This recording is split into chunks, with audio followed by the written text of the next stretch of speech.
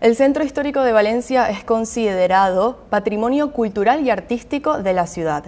Lo es porque en sus calles están la Lonja de la Seda, el Tribunal de las Aguas, la Iglesia de San Nicolás y el Mercado Central. Pero en esas calles, en esas mismas calles, en sus esquinas, en sus muros, hay grafitis que decoran el espacio y transforman el paisaje urbano. Hoy recibimos a Mercedes Sánchez Pons, docente del Máster en Conservación y Restauración de Bienes Culturales de la Universidad Politécnica de Valencia, y en 2022 participó en la extracción y conservación del grafiti de David Bowie, el primer grafiti indultado en España. Mercedes, muchas gracias por recibirnos y por venir al estudio hoy. ¿Cómo te encuentras? Muy bien, encantada de estar con vosotras. Para empezar, ya de lleno, te pregunto, ¿el tipo de arte que he mencionado antes puede considerarse patrimonio? ¿Tiene el mismo valor un grafiti, un mural, que una fachada gótica, una bóveda, un fresco? Pues depende de cada caso. Todos son manifestaciones culturales expresadas por el hombre y reflejan pues, las características de una sociedad en un momento determinado. Entonces depende de lo que la propia sociedad decida que quiere proteger y que quiere conservar para futuras generaciones. ¿Y eso lo decide la sociedad o hay parámetros institucionales que apoyan estos criterios? A ver, hay un procedimiento institucional con unas figuras legales de protección que deben de seguir unos pasos concretos para alcanzar ese estatus, ¿no?, de bien de interés cultural o de bien de relevancia local en el caso de la Comunidad Valenciana. Pero al margen de los procedimientos institucionales también se pueden establecer otro tipo de actuaciones movidas o promovidas desde la propia sociedad, desde un colectivo concreto de individuos que deciden durante un tiempo mantener más, por unos años, por un tiempo determinado, sin necesidad de que llegue a otra generación, algo que consideran que les representa. Y en el caso del arte urbano pues puede pasar con más facilidad. ¿Y en qué momento un mural o un grafiti empieza a ser considerado patrimonio? ¿Solo por estar en el Carmen merece conservarse? No, no es el espacio en el que se encuentra ni el lugar donde se ha hecho, depende de los valores que haya ido adquiriendo, que pueden ser muy distintos. No es solo el valor artístico, sino el valor etnológico, el valor social, el valor cultural. Se puede mirar desde muchos puntos de vista. El patrimonio cultural no es todo patrimonio artístico. Claro. Y te comento esto porque uno de los conceptos que aparece en nuestro reportaje es patrimonio en disputa. Entonces, ¿tú dirías que el arte urbano, por su carácter efímero, siempre está entre la tensión de lo legítimo y lo vulnerable? ¿Cómo se maneja eso? Pues depende mucho de cada caso también, porque los artistas que hacen arte urbano lo hacen motivados con intencionalidades muy distintas. No todos pretenden perdurar, ni mucho menos. Para muchos el acto de pintar en la calle es casi como un acto performativo. En otros casos buscan una autopromoción, el uso del espacio público, igual que lo utiliza la publicidad, pues para promocionarse ellos mismos. Y en otros casos es pura experimentación y juego con el espectador. Por eso, pues, depende de cada caso. Es muy específico, como hemos visto. Sí. Depende. Y en el Carmen, sí hemos visto que los murales aparecen y desaparecen, quizás por este carácter efímero del que estamos hablando. Pero eso dificulta el trabajo de quienes quieren documentar o conservar esas obras, o simplemente es parte de la faena. No hay tanta gente interesada de entrada en conservarla y documentarla. Lo que pasa es que en los últimos años, al reflejar también la sociedad actual, porque al fin y al cabo el arte es un reflejo de la sociedad y el arte urbano refleja cómo es nuestra sociedad, la sociedad de este momento. Cada vez hay más trabajos académicos desde distintas perspectivas, desde el punto de vista artístico, pero también desde el punto de vista casi documental y social. Entonces se han hecho tesis doctorales, artículos de investigación bajo muchos prismas, incluso el de la publicidad y el del diseño gráfico. Y pues eso es lo que determina un poco el que vaya habiendo más o menos interés en su conservación. Hay varios trabajos documentales que han hecho como una especie de foto fija de qué es lo que sucede en ese barrio en concreto en un determinado año, a través de pues, una documentación, no una conservación física, sino una conservación documental, que pueda después permitir entender una evolución de cómo ha ido transformándose ese movimiento a lo largo de los años. Y eso también es conservación. Claro, desde el punto de vista más de investigación, también es Sí. conservación. Y en el caso del mural de David Bowie, ¿cómo fue el proceso desde adentro? Porque se decidió extraerlo y conservarlo y llevarlo a un museo. ¿Cómo se vivió eso desde el punto de vista de la conservación? A ver, fue un proceso muy interesante desde muchas perspectivas. Nosotros entramos desde el Departamento de Conservación y Restauración de la Universidad Politécnica de Valencia, entramos en la parte más técnica. Normalmente nuestro análisis implica también la parte inicial del porqué, de por qué esa obra y no otra. Pero cuando nosotros entramos, eso ya estaba prácticamente decidido. Entonces, entramos en lo que es el asesoramiento técnico del procedimiento que podría usarse. Pero es cierto que cuando en la asignatura que impartimos en el máster los estudiantes empiezan este tipo de especialidad, lo primero que tienen que plantearse es eso, por qué es esa obra en concreto la que se quiere conservar y cuál ha sido la motivación de que se haya iniciado ese procedimiento. Eso para empezar. ¿Cuál ha sido la motivación? ¿Por qué esa obra? Como te digo, nosotros llegamos cuando eso ya estaba iniciado, ya había salido en prensa, yo lo vi en prensa y pensé, pues es una oportunidad estupenda para nuestros estudiantes de analizar un caso concreto y poder colaborar en la parte técnica.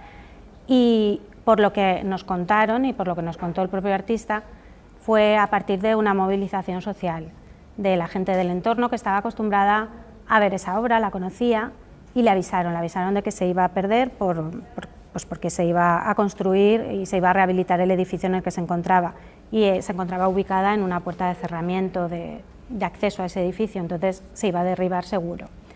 Y fue el propio artista, junto con los vecinos de la zona, los que empezaron a hacer una campaña en redes sociales para intentar que no se perdiera, estudiando distintas opciones. ¿Y cuáles son, hablando desde el punto de vista técnico, como me dijiste, los retos específicos que supone intervenir sobre un mural de ladrillos en este caso? A ver, nosotros estamos acostumbrados a intervenir en murales porque es la especialidad que hacemos. Justamente estuvimos restaurando en la iglesia de San Nicolás todos los murales de la bóveda. Siempre lo que es la pintura mural es una disciplina que abarca muchas cuestiones, no solo lo que es la película pictórica, sino también todo lo que es la estructura que la contiene. Y en el caso de este mural, al no ser una obra convencional, pues no tiene todos los estratos que normalmente tiene una obra mural, y eso dificulta mucho el proceso. El soporte no es un soporte nada estable porque es un muro de ladrillo muy provisional, no es un muro construido portante de un edificio. No tiene ningún mortero de revestimiento, está pintado directamente sobre el ladrillo, y eso nos dificultaba mucho plantear el arrancar solo lo que es la película pictórica, que es lo que hacemos en otras ocasiones. Nosotros también, hay una compañera en el departamento que es especialista en arranques de pinturas murales en lo que es la película pictórica, que nosotros le llamamos la técnica del estrapo y el estaco. Y en este caso eso era imposible plantearlo por las características de la obra, y solo existía la posibilidad de llevarse también el soporte que la contiene, que es el ladrillo. Y una vez que se extrae, se corre el riesgo de que se dañe. ¿Eso luego se puede reparar? ¿El mismo artista lo puede reparar? ¿O vosotros mismos? En procedimientos convencionales los artistas no participan en el proceso de restauración. Es algo que además a ellos en principio no les interesa. Ellos están para crear obras, no para tener que arreglar las obras que ya hicieron. Ahí es donde entramos nosotros. Y nuestra manera de diseñar un proceso de arranque implica el que no se dañe la obra, para no tener que hacer ninguna actuación después y sobre todo por eso, por no generarle ningún daño, al revés. Y como hablamos de cómo fue este proceso, surgió de una movilización social, ¿tú crees que esta implicación del primer grafiti indultado en España marcó un antes y un después desde cómo tratan las instituciones el arte urbano? Hombre, sin duda es una oportunidad de reflexión sobre qué queremos hacer con esas manifestaciones efímeras que sabemos que se van a perder y que reflejan también lo que somos. Eso no significa que se tenga que conservar todo el arte urbano, porque iríamos muchas veces en contra de la opinión del propio artista. En este caso, el artista estaba totalmente de acuerdo en que era algo que debía conservarse, pero no es así en todos los casos. Entonces, el debate es muy interesante, y este caso pues, ha supuesto un momento de reflexión en torno a la ética de intervenir de esta manera, porque hay que pensar que cuando se arranca una obra que está en un espacio urbano, la estás descontextualizando por completo, claro, porque pierde el sentido por el que ha sido creada, que es esa interacción con el público de una manera natural, de una manera casual, mientras paseas por la calle, ese encuentro que hay. Pero como decía al principio, no todas las obras que se encuentran en la calle están hechas con la misma motivación ni tienen la misma intencionalidad. Y eso hay que analizarlo bien a la hora de si una obra puede llegar a ser musealizada o no. Y musealizar este tipo de obras, entonces podemos decir que les resta fuerza en algunos casos, pero en otros las protege, dependiendo del artista, ¿cierto? Efectivamente. Por una parte, en el momento en el que entra en el entorno de un museo, la obra pasa a estar protegida. Claro. Pero también hay que asumir que pasa a estar en un contexto completamente distinto. Entonces, en este caso, la decisión del artista fue primordial, fue algo que posibilitó el hecho de que acabara siendo musealizada. Aunque su primera intención era la de mantenerla in situ, porque es donde debe de estar, recuerdo que el nuevo propietario del edificio le propuso el poder instalarla en el interior, que hubiera pasado a estar en un entorno privado, claro, a lo que él se opuso por completo, porque eso sí, no solo descontextualizaba la obra, sino que además cambiaba su esencia, que era estar para el público y para cualquier persona. Entonces, la solución intermedia de poder llevarla a un museo dentro de ese mismo barrio, él la acabó encontrando como algo positivo. Pero no todos los artistas están de acuerdo, al revés, puede llegar a generar mucha polémica. Claro, es que a partir de esto surgió un debate muy grande en redes, y te pregunto por esto también, quisiera saber si ya has estado en contacto con casos similares en España o en Europa.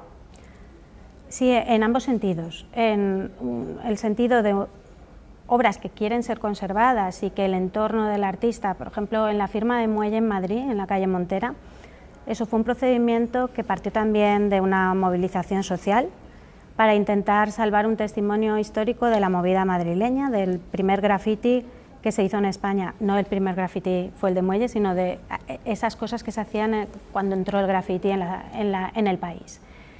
Y en ese caso se intentó también declarar como bien de interés cultural, al final no se llegó a conseguir, se consiguió un estatus inferior, pero sí se realizó un procedimiento de conservación y restauración in situ. O sea, ahora mismo esa firma, es una firma, además no es una obra así artística como tal, sino que es la firma de Muelle, se desarrolló un proceso de consolidación, de limpieza, de reintegración y no se trasladó a ningún sitio. Ese, por ejemplo, es un caso en positivo. El artista ya no vivía, no pudo opinar, pero el entorno del artista también estaba de acuerdo, estaba muy a favor de que se mantuviera como un testigo histórico de lo que fue todo aquello. En cambio, en Italia hubo un caso muy polémico en Bolonia, protagonizado por el artista Blue. Blue es un artista internacional muy reconocido dentro de lo que es el arte urbano, tiene murales de gran formato por muchos países del mundo. Y allí se quiso hacer una exposición sobre el arte urbano y su evolución, y se realizó un arranque de un mural de Blue sin su permiso.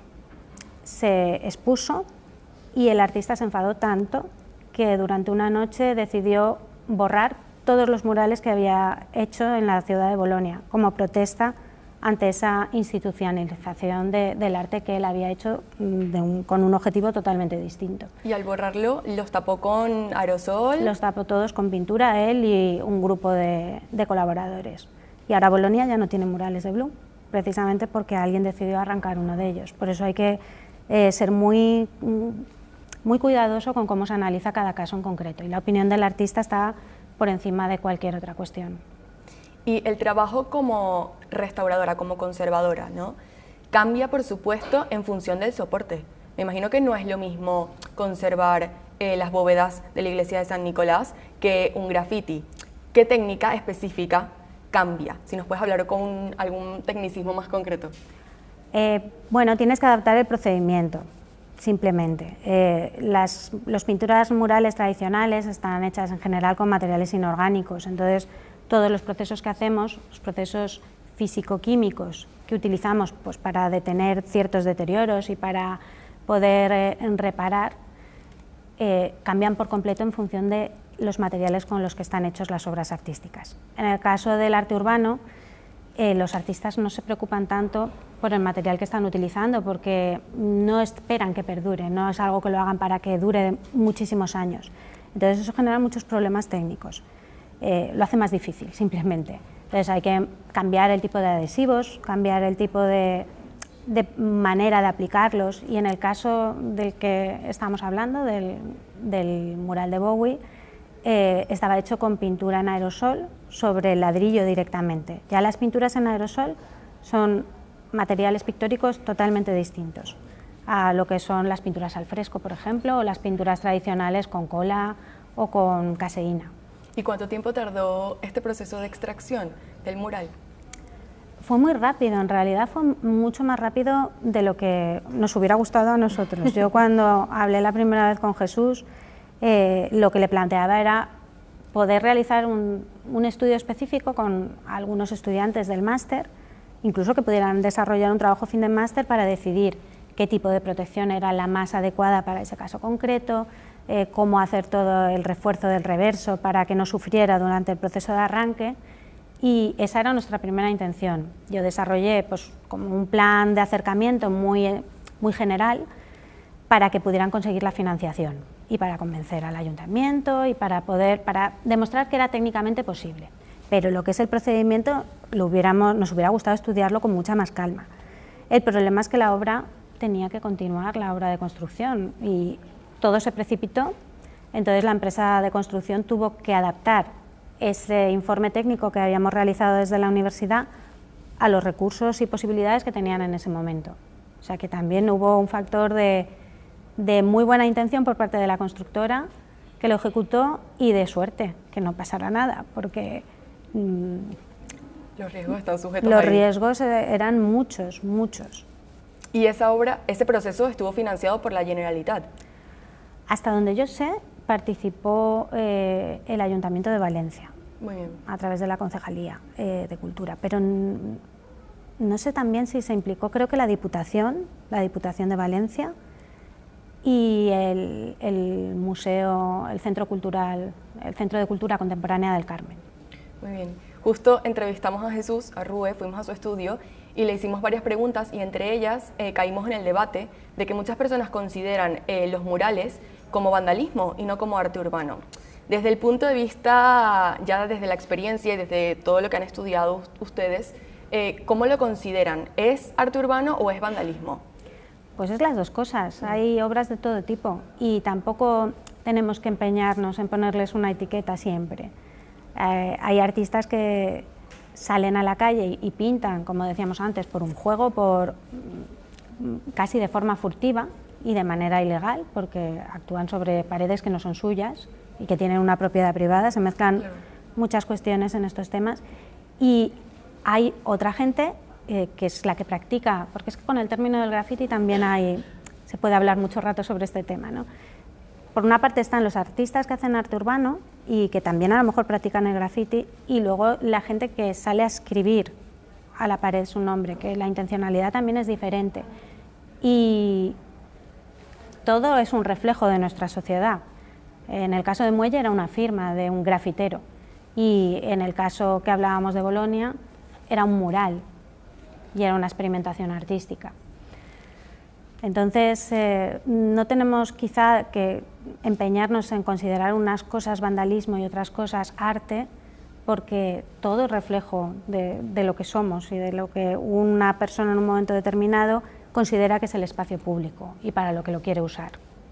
Y desde el máster se imparten, me imagino, muchas asignaturas, pero esos futuros profesionales, ¿cómo los están educando? ¿Cómo se muestra el futuro de la conservación? ¿Te refieres a la conservación de arte tradicional, de arte en general? Y de arte en general.